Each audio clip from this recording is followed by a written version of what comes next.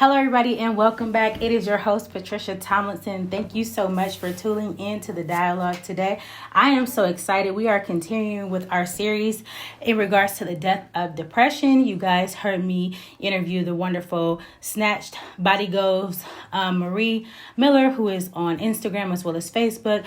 Don't forget, she is actually doing a challenge right now. You can pay $5 and do the challenge for October. She's going to help you with all your weight loss goals.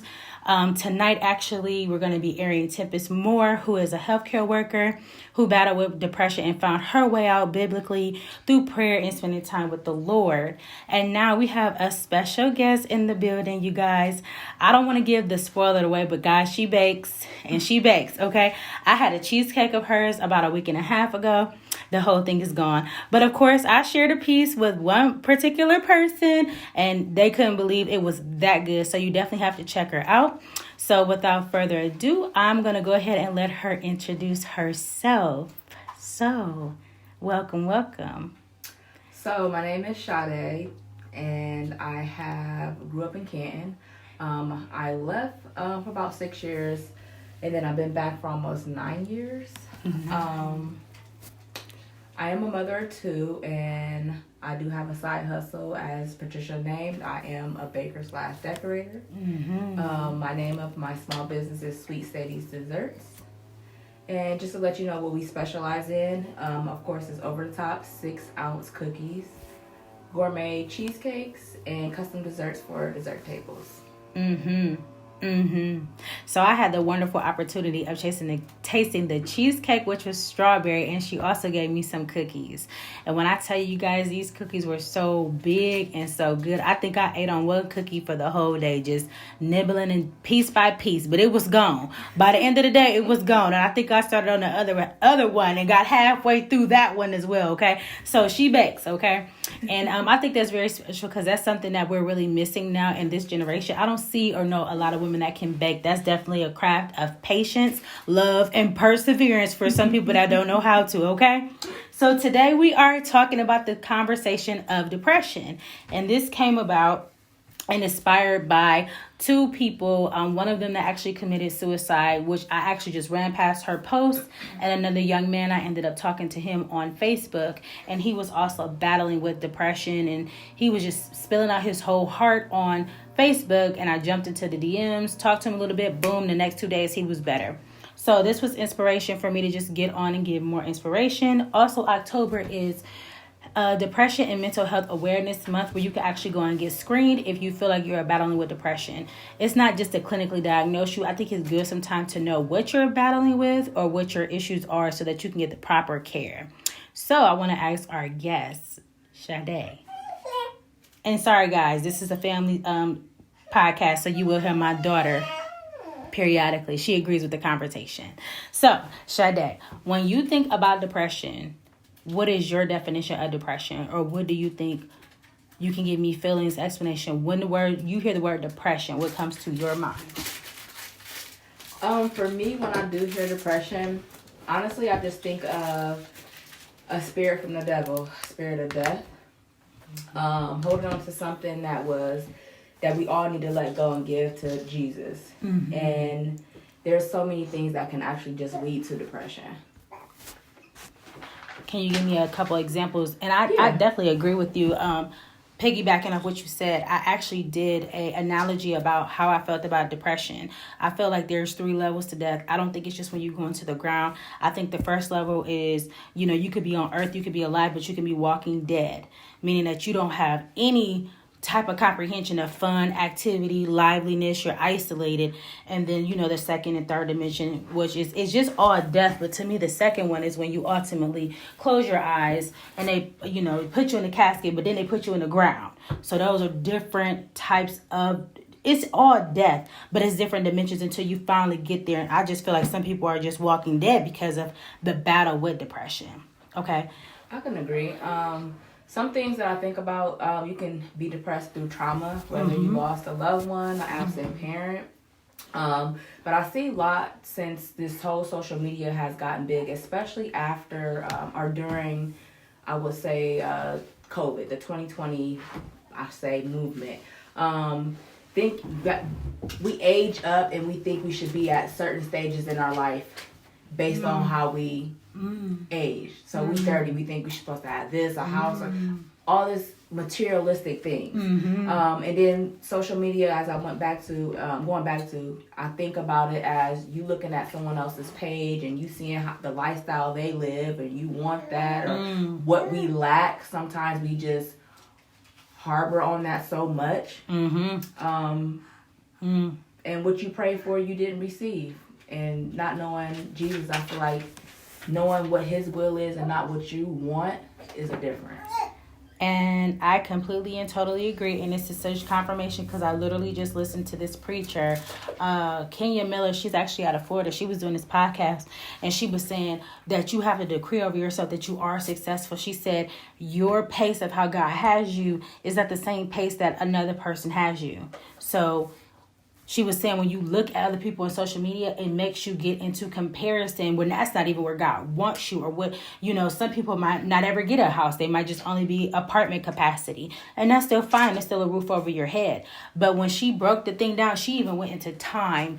The message was so fruitful, and it just helped me understand. You have to pace yourself and not go into darkness because you're looking at other people's moment of light. So I completely agree with you about that. So you said I agree. Just before you go to the next thing, I found myself doing that when I first started baking.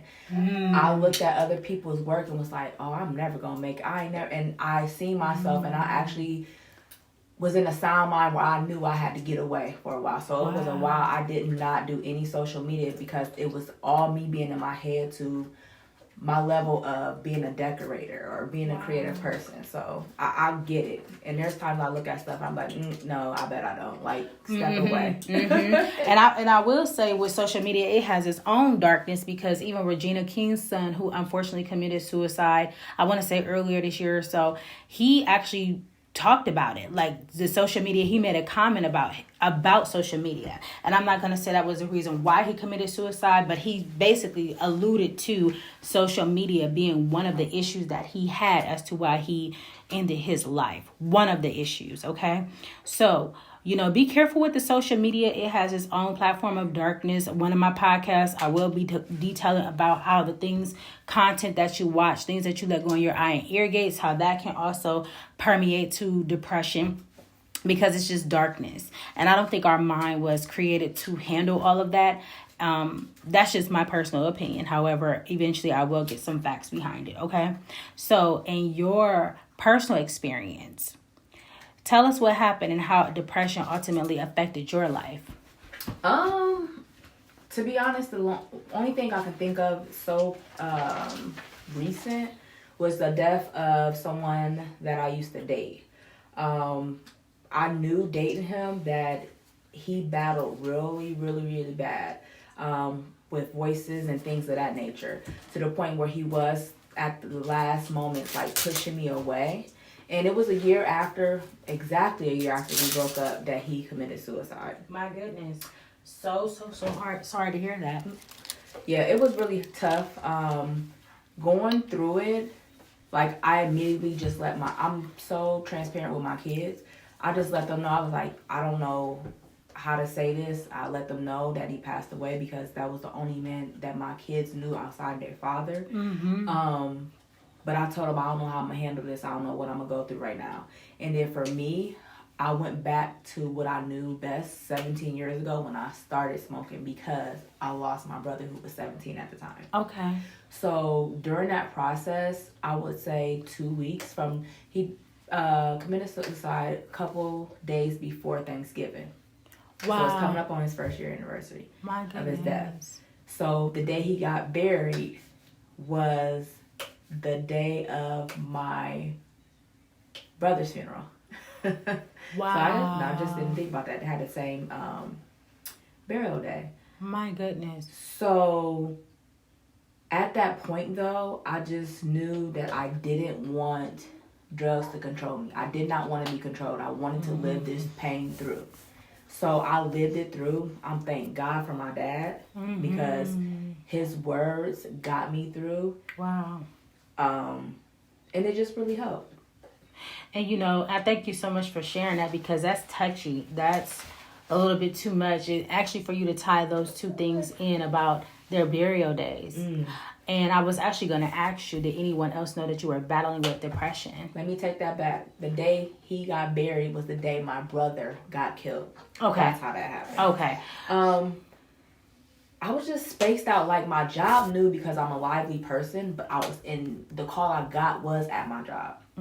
So I'm a lively person, and I was just quiet. They didn't know what happened. They knew something happened where something was going on because I was quiet. My kids knew because they knew that I was smoking. And it's so crazy because my kids are so tuned in to me. They just know, like, something is wrong. And I told them, forewarned them, like, I don't know how I'm going to get through this. I don't know what's wrong. Like, I really felt like my heart was going to come out my chest. Like, I never had that feeling. Yeah. So between them two and my mom, she knew because she always come around. And I had to tell her that he passed away. There was family members that knew. I had a lot of boy cousins, men cousins, so they knew and just was willing to embrace me.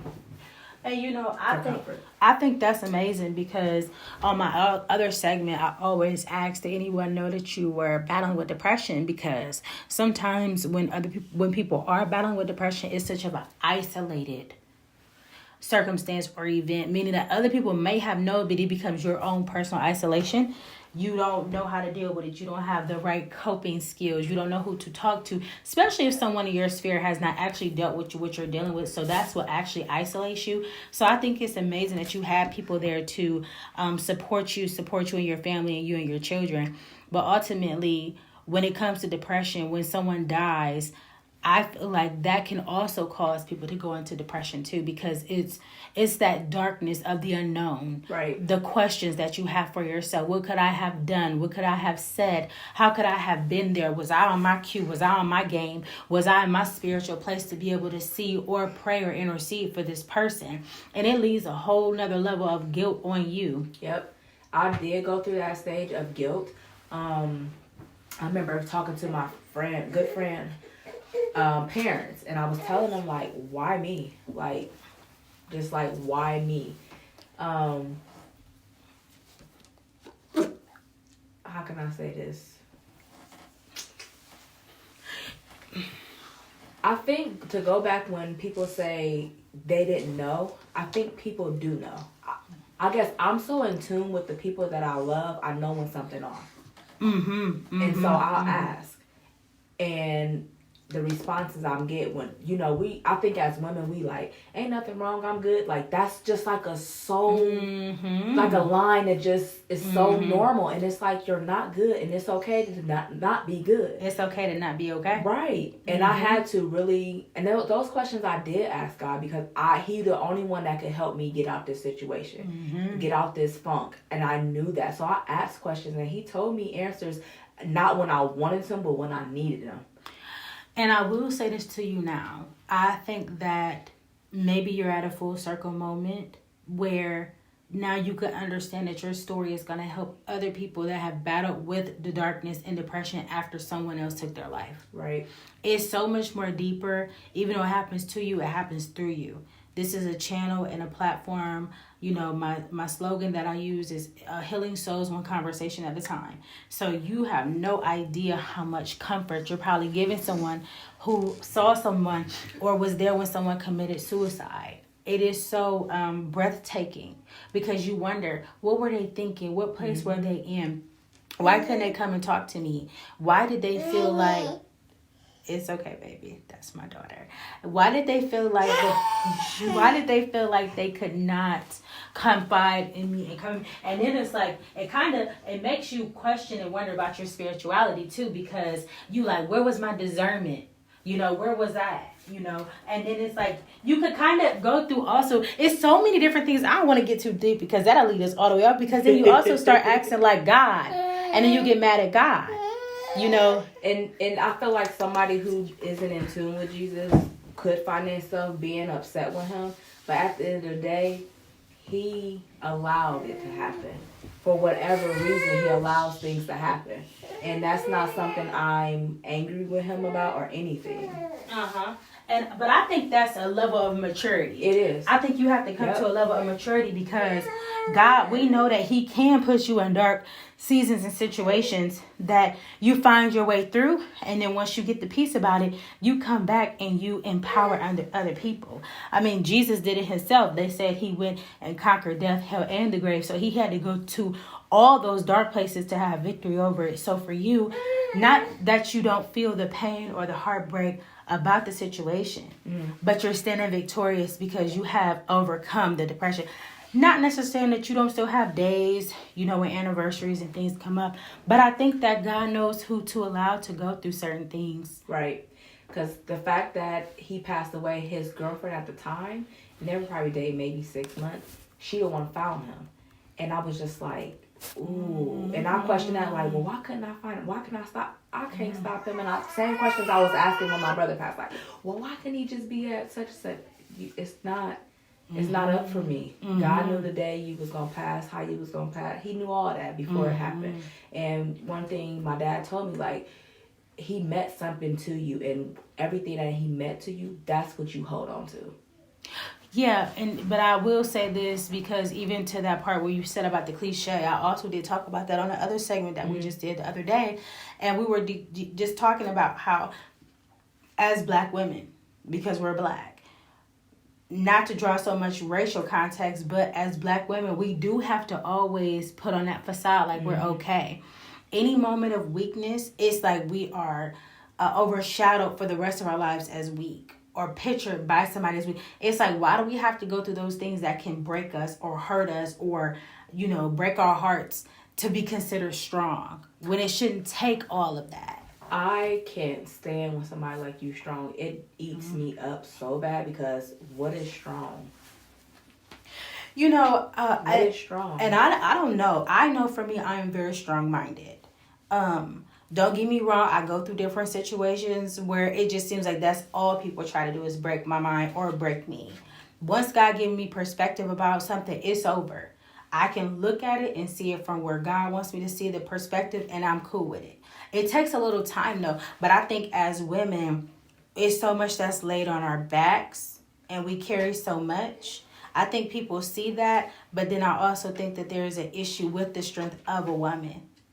Depending on who that person is. I don't mind saying I'm weak because where I'm weak, he's strong. Precisely. And that's exactly who I lean on to. I don't think like those type of things the world will put on me as you're a strong Black woman or you can just all that facade. It just, I don't care. Like I've just got to a point where but at a point where I just don't care like the accolades these world think of us as women. I want to be soft.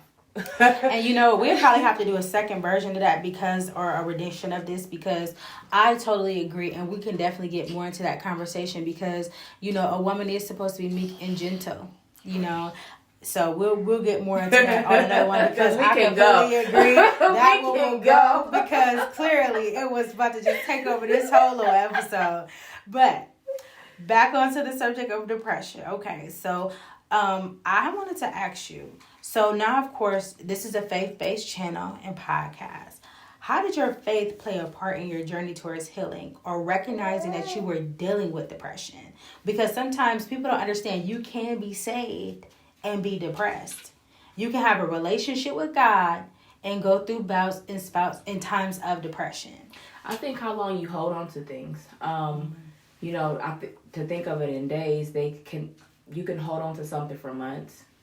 Where in the beginning it was like every day was eating me up. Then those months become days, and then those days become moments. Wow. And it's like moments, just little moments for me. Like, but I get my mind back right because I understand the devil just wants your mind. When he got that, it's like it's over. It's really over. And one thing you did mention about the things that we choose to put in our face, in our mind, whether it's something we're watching, whether it's something we're listening to, that all plays a part. So knowing what I was going through, I surrounded myself with sermons, reading the Bible, asking, crying, something women don't want to do or are afraid to do, cry it out. Well, get it off your chest. And I think more than that as well is also crying, but crying in front of people. Yeah. Because I'm not gonna lie to you, when I really recently just left my job a couple weeks ago, due to racial discrimination and just being treated bad just for being professional as a black woman, I went through a couple of days of depression. It was the darkness because I didn't know what to do next. And as I got in God's face, and it's so funny because I remember this lady told me, she was a pastor. She said it. God just wants you to be okay with the fact that even if you don't pray or read at that time because you can't, he's still able to locate you. Mm-hmm. And so I ended up going out to the water. Me and my daughter, we just took a full day and we did not do anything. You know, I was out there with her. I played with her. Just really enjoying the water. And I kid you not, once I came back from spending that time with God, not so much of the location. It had nothing to do. I wasn't out there praising the water or anything like that. I was out there just spending time with God. It refreshed me. Yep. And as soon as I was able to do that, he was showing me what to do next. And that's where this podcast came from. So even, you know, my job, I was a chemical dependency counselor. Even though that door shut, I'm still counseling. You know, I'm still in my lane of what I'm supposed to be doing, just spreading the message abroad. So you're absolutely right. It's how long you hold on to it, or you can't let it go. If you can't let it go, it's not gonna let you go, because that's not the plan for you to ever be free, for those chains to ever come off, for you to ever see your life different than the circumstances that you're in at that time. I think having him going through I can tell the difference of going through things without him and going through things with him. You still go through things. You're talking about God, Jesus, yes. Mm-hmm. You still go with things. I mean, you still go through things, but it's a whole total difference. If I didn't have him coming out of that, I wouldn't still be in it. Mm-hmm. Still smoking. Mm-hmm. Still just doing stuff to just temporary fix.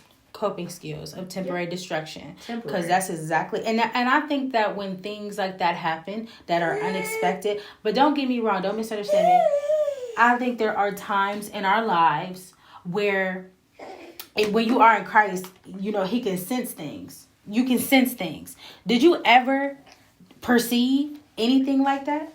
What you mean? Like as far as the gentleman that committed to suicide, was that ever a thought that he would do that?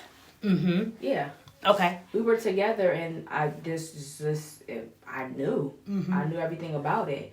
And then finally, when he told me this like in the very beginning. I was like, okay, I think I'm still good. And I think I only was okay because I had been listening to this one pastor before he passed away, and he had got me totally on the right track of, I feel, life.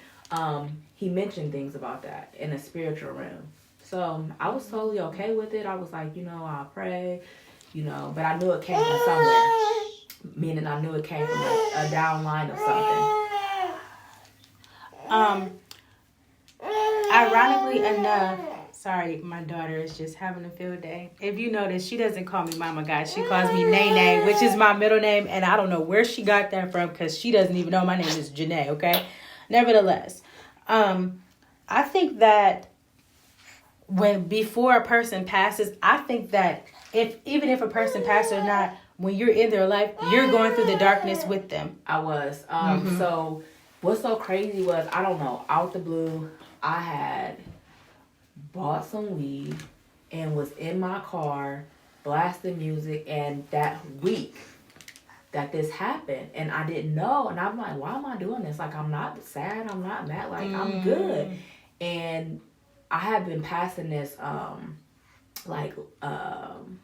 list of men's sermons for men to get strength, and I was passing it to every man that I know, and I'm like, I don't know why I'm doing this, but I'm just doing it. So it's like this playlist of Tony Robbins and Pastor Darby and oh gosh, I know this man. I listen to him every single day. G. Craig Lewis. I had made a little thing, and they talked about men and they place in a home and everything. And I'm like, I'm sending it. So him and I have been playing phone tag, email tag, like through this whole year. We can never connect with each other or get on the phone with each other. So I was like, hey, I sent them an email and sent this playlist to him.